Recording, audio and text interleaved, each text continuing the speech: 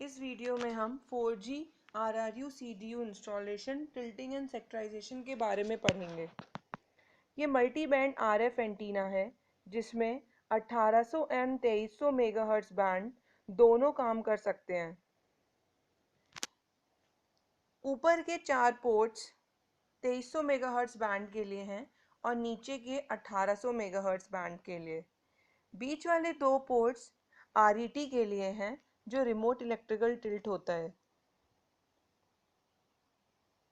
ये इस एंटीना की स्पेसिफिकेशन दिखाई जा रही है। ये एंटीना एस कंपनी का एंटीना है। ये ऊपर रखी केबल्स जंपर केबल्स हैं जो RF पोर्ट्स में लगेंगी। अब यहाँ पे एंटीना पे वेदर प्रूफिंग हो रही है और जंपर केबल लगाई जा रही हैं। सबसे पहले हर एक पोर्ट पे जंपर केबल लगाई जाएगी, उसके ऊपर वेदर प्रूफिंग की जाएगी। वेदर प्रूफिंग विनाइल टेप की होती है।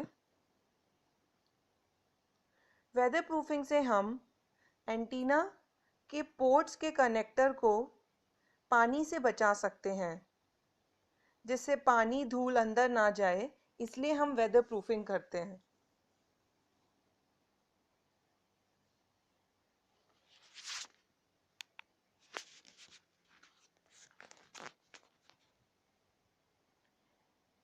जैसे कि आप देख रहे हैं, सबसे पहले नीचे वाले 4 पोर्ट्स की वेदर प्रूफिंग हो रही है। पहले के 2 की हो गई है, अब तीसरे की वेदर प्रूफिंग चल रही है। टेक्नीशियन इस टेप को इसके अंदर डाल के सिर्फ इसको लूज कर रहा है, ये वाइट वाले पार्ट को लूज कर रहा है, जिससे वो टेप पूरा उसके ऊपर कवर हो जाए।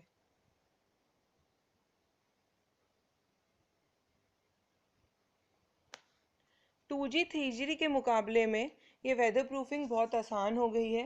पहले 2G 3G में 3-3 4-4 घंटे लगते थे, वहाँ अब कुछ मिनटों में ही काम हो जाता है।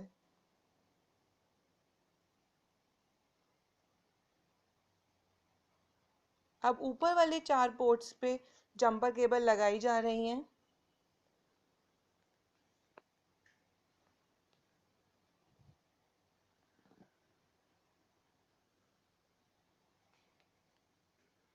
ऊपर वाले 4 पोर्ट्स 1800 बैंड के लिए हम यूज़ करेंगे और नीचे वाले 2300 मेगाहर्ट्ज बैंड के लिए।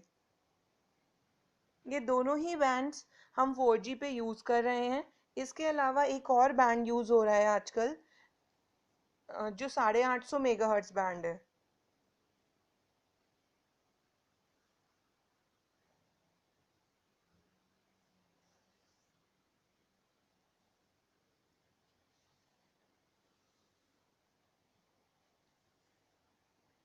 अब सेकंड पोर्ट पे जंपर केबल लगाई जा रही है।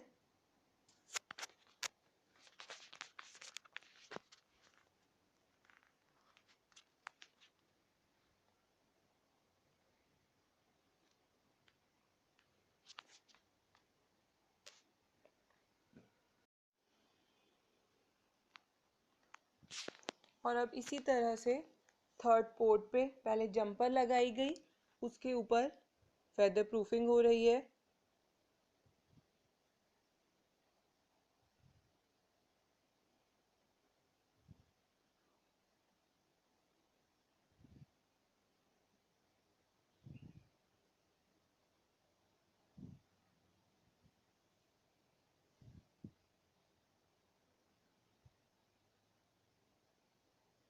उसी तरह से अब ये बस लास्ट पे और लगाई जा रही है।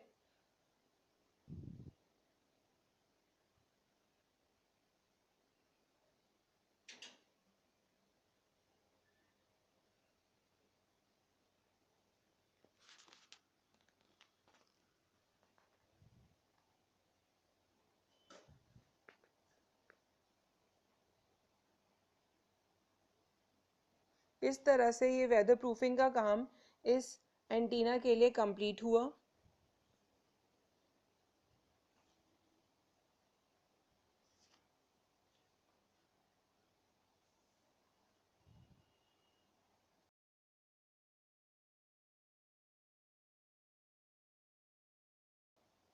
यह एंटीना हमने बीटा सेक्टर के लिए कंप्लीट किया है। इसकी सेल आईडी DLHIRIL 3432 है। ये अल्फा सेक्टर के लिए हुआ है तैयार। ये एंटीना रोजनबर्ग कंपनी का है, जैसा आप देख रहे हैं।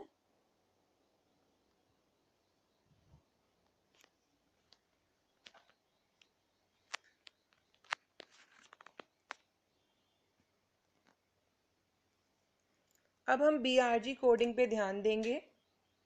B मतलब ब्लू, रेड मतलब R एंड G मतलब ग्रीन। ब्लू अल्फा सेक्टर के लिए, रेड टेप बीटा सेक्टर के लिए, ग्रीन टेप गामा सेक्टर के लिए। ये रेड टेप यूज हुआ है, मतलब ये बीटा सेक्टर के लिए एंटीना तैयार किया गया है। सिंगल रेड टेप मतलब 2300 megahertz band, double red tape 1800 megahertz band.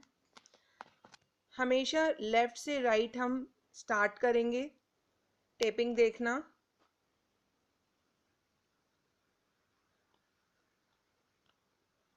सबसे पहले सिंगल येलो टेप यूज़ करेंगे, उसके बाद 2 येलो टेप, उसके बाद 3 येलो टेप और उसके बाद 4 येलो टेप यूज़ करेंगे। ये शुरू के 2300 मेगाहर्ट्ज बैंड के लिए। फिर अब 1800 के लिए 2 रेड टेप, एक single yellow tape, 2 yellow tape, फिर 3 येलो टेप और फिर 4 येलो टेप। ये 1800 बैंड के लिए।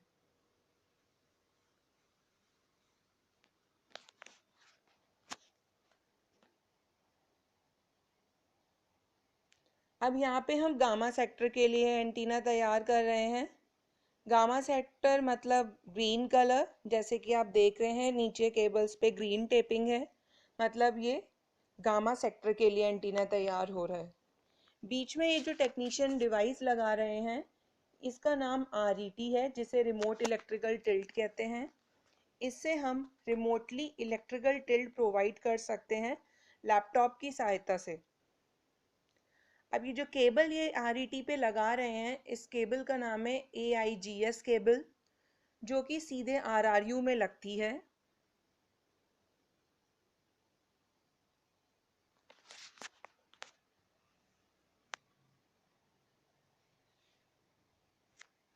RRU, जिसे रिमोट रेडियो यूनिट कहते हैं, वो RF एंटीना के जस्ट पीछे लगाया जाता है।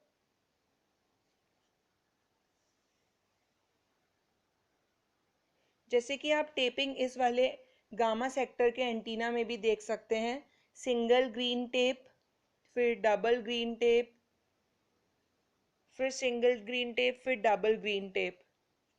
मतलब अगर सिंगल ग्रीन टेप है मतलब 2300 megahertz band, double green tape 1800 megahertz band.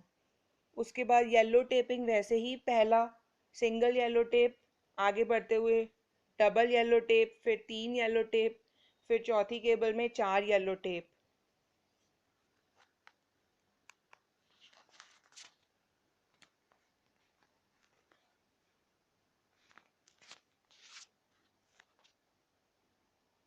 ये दोनों ही पोर्ट्स पे दोनों RET लगा दिए गए हैं, जैसे कि आप देख रहे हैं। नीचे वाले RET में भी केबल लगाई जा रही है, AIGS केबल, और नीचे के RF पोर्ट्स में जंपर केबल।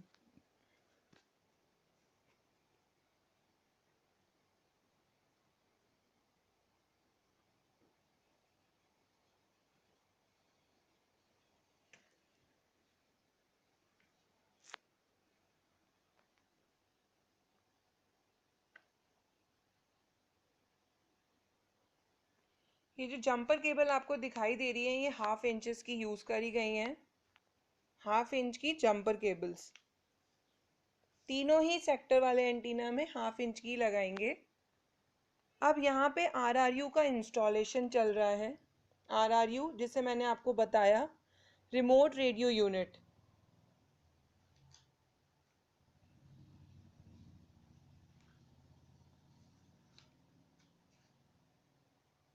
इसमें हम यूनिट माउंटिंग ब्रैकेट असेंबली का इंस्टॉलेशन कर रहे हैं, जिसे पोल माउंट ब्रैकेट असेंबली पे लगाया जाएगा नट बोल्ट की हेल्प के थ्रू।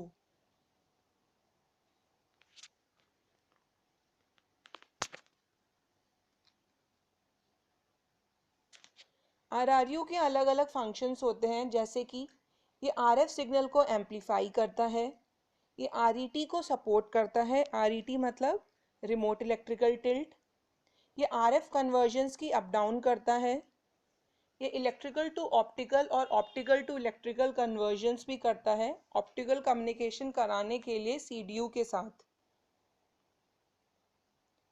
अगर इसकी स्पेसिफिकेशंस की बात कहूँ तो इसका रेटेड वोल्टेज -48 वोल्ट होता है, -48 volt DC, rated current 7.3 ampere, temperature -10 से 50 डिग्री सेल्सियस में काम कर सकता है, और आरएफ पावर पर सेक्टर इसकी 40 वाट होती है। ये आरआरयू आरएफ एंटीना के पीछे लगाया जाएगा।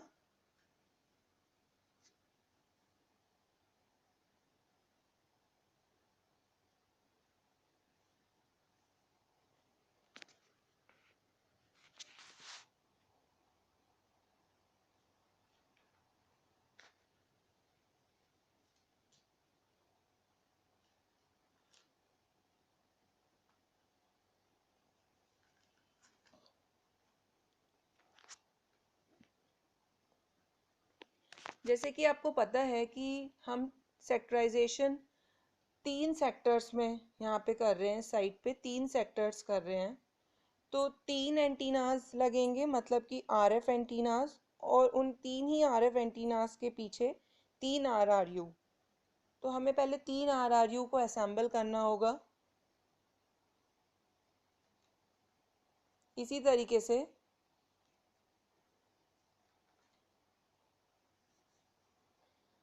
जैसे कि हमने पहला आरआरयू असेंबल किया है, मतलब उसकी यूनिट माउंटिंग ब्रैकेट असेंबली को पोल माउंट ब्रैकेट असेंबली पे हमने टाइट किया है, उसी तरीके से बचे 2 सेक्टर्स के लिए भी इसी तरीके से बनाएंगे।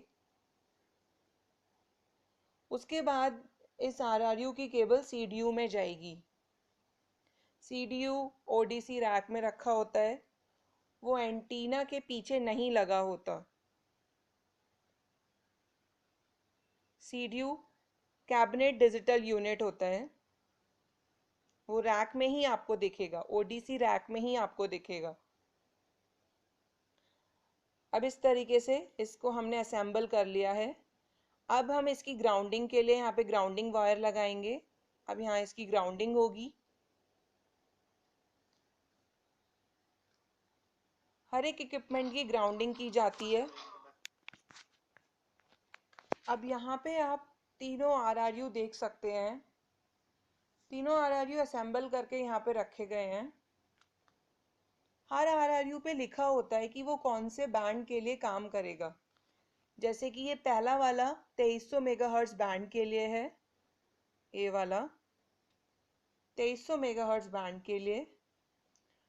उसके बाद ये 1800 मेगाहर्ट्ज बैंड के लिए, जैसे कि लिखा भी है 1.8 गीगाहर्ट्ज, और ये वाला 850 मेगाहर्ट्ज बैंड के लिए। हम आरआरयू का बॉटम व्यू देखते हैं। ये आरएफ पोर्ट्स हैं 4। उसके बाद ये डीसी पावर के लिए, ये सिपरी के लिए जो सीडीयू में जाएगी, ये आरईटी के लिए, और एक कैलिब्रेशन के लिए पोर्ट होता है।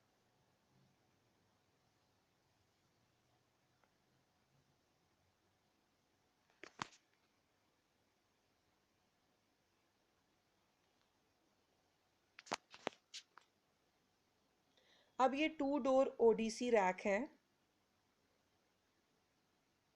ये जो नीचे का पार्ट है ये बैटरी बैंक्स के लिए दिया गया है। यहाँ पे बैटरीज लगती हैं, 3 बैटरीज लगी हैं यहाँ पे। यहाँ पे एमसीबी लगती हैं। ये एसएमपी है, स्विच मोड पावर सप्लाई। ये भी एमसीबी और ऊपर भी एमसीबी। ये खाली पार्ट दिया गया है जहाँ पे हम अपना सीडीयू लगाएंगे। ऊपर से 3 का गैप छोड़ के, मतलब 1U के बाद हम सीडीयू लगाएंगे। उसके नीचे यहाँ सिस्को लगेगा, जो दूसरी कंपनी सिस्को का काम करेगा आके। नीचे हमारा आईजीबी, जिसे इंटरनल ग्राउंडिंग बार कहते हैं, इसकी ग्राउंडिंग की जाएगी। उसके बाद यहाँ पे हमारा जीपीएस अरेस्टर माउंट होगा। और उसकी ग्राउंडिंग केबल भी नीचे जाएगी।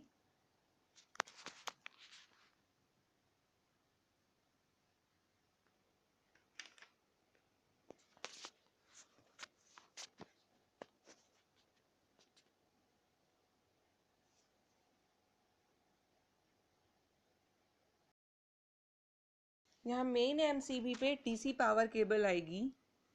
यहाँ दो एंड्स आपको दिखाई दे रहे हैं, एक पॉजिटिव और एक नेगेटिव एंड। पॉजिटिव एंड जहाँ पे ब्लैक केबल आएगी वहाँ हम रेड स्लीव यूज़ करेंगे, और नेगेटिव एंड जहाँ वाइट केबल आएगी वहाँ पे हम ब्लू स्लीव यूज़ करेंगे।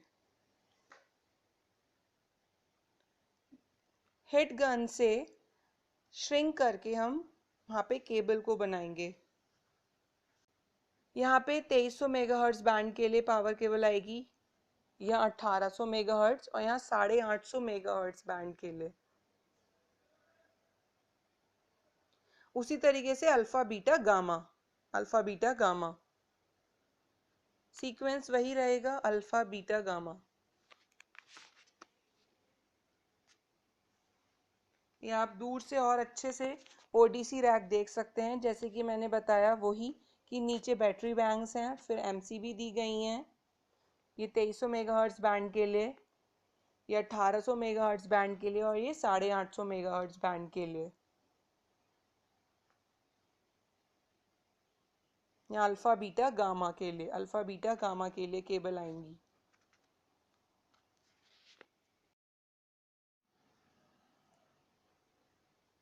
अब यहाँ पे जीपीएस एंटीना की इंस्टॉलेशन दिखाई जा रही है। जीपीएस एंटीना, जिसकी full form global positioning system होती है, उसका काम लोकेशन का पता करना होता है। जीपीएस एंटीना को इंस्टॉल हम आरएफ एंटीना के ऊपर की साइड या फिर नीचे की साइड कर सकते हैं। सबसे पहले यहाँ जीपीएस एंटीना के सारे पार्ट्स को असेंबल करा जा रहा है। ये जीपीएस फिक्सिंग पाइप था। जीपीएस एंटीना दो तरीके के होते हैं, एक डोम टाइप और एक कोन टाइप। ये डोम टाइप जीपीएस एंटीना है, डोम type GPS antenna.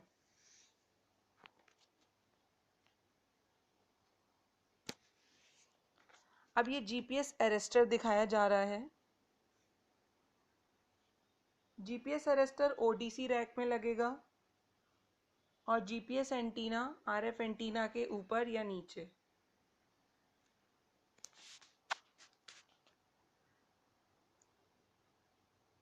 GPS antenna से सीएनटी 400 केबल इस जीपीएस अरेस्टर में लगती है।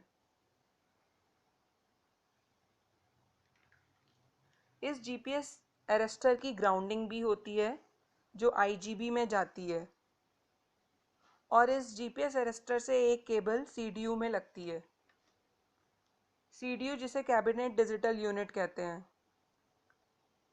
जीपीएस एंटीना एस कंपनी का एंटीना यूज हो रहा है। अब ये जीपीएस फिक्सिंग पाइप तैयार हो गए हैं दोनों, जिसे हम ऊपर टावर पे लगाएंगे।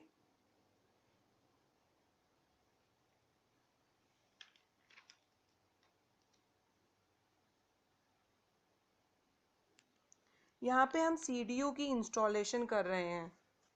सबसे पहले सीडीयू पे ग्राउंडिंग करी जा रही है। ये नट हटाया और अब यहाँ पे ग्राउंडिंग केबल लगाएंगे। सीडीयू की full form cabinet digital unit होती है। सीडीयू ओडीसी रैक में लगेगा। जैसे कि मैंने आपको पहले बताया था, सीडीयू जो वैकेंट पार्ट था ओडीसी रैक का, उसमें सबसे ऊपर लगेगा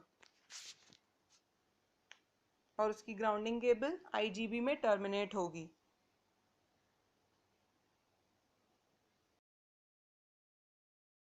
जैसे कि आप देख रहे हैं, अब यहाँ पे सीडीयू की ग्राउंडिंग हो गई है। अब हम सीडीयू का फ्रंट व्यू देखेंगे। सीडीयू में दो कार्ड यूज होते हैं, एक यूमा कार्ड और एक L9CA कार्ड। सबसे नीचे यूमा कार्ड के लिए जगह होती है, ये यूमा कार्ड। फिर ऊपर उसके L line CA card 2300 megahertz band के लिए। यहाँ अल्फ़ा बीटा गामा से केबल आती है, ये 8.5 या 1800 मेगाहर्ट्ज बैंड के लिए, और सबसे ऊपर 850 मेगाहर्ट्ज बैंड के लिए। ये वाला पोर्ट हम GPS अरेस्टर के लिए यूज़ करेंगे।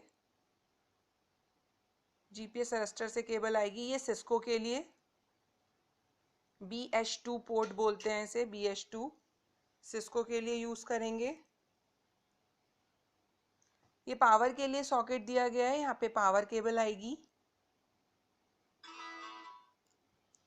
यहाँ पे ग्राउंडिंग कर सकते हैं इन पोर्ट्स पे, और ये पावर के बराबर में फैन के लिए पोर्ट दिया गया है।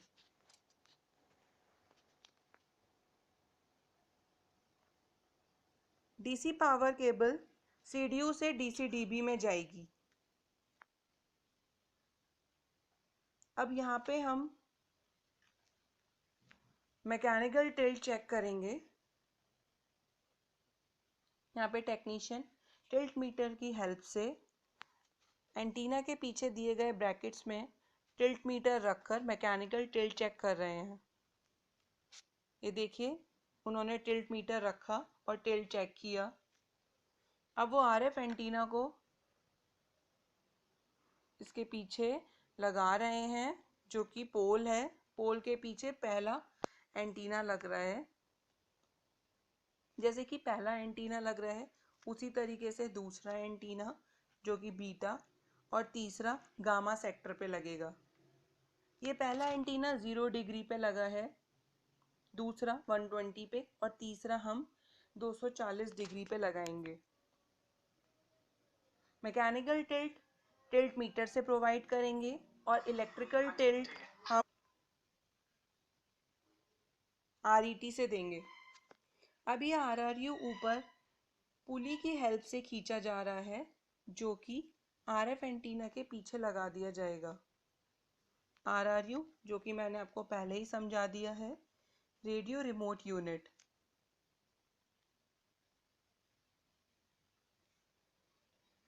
अब देखिए, ये RRU अपनी जगह पे लग गया है RF एंटीना के पीछे। इसके नीचे 4 पोर्ट्स दिए गए हैं, जिसमें आपकी जंपर केबल आएंगी, जो RF एंटीना से निकलेंगी। वो जंपर केबल इन पोर्ट्स में लगेंगी।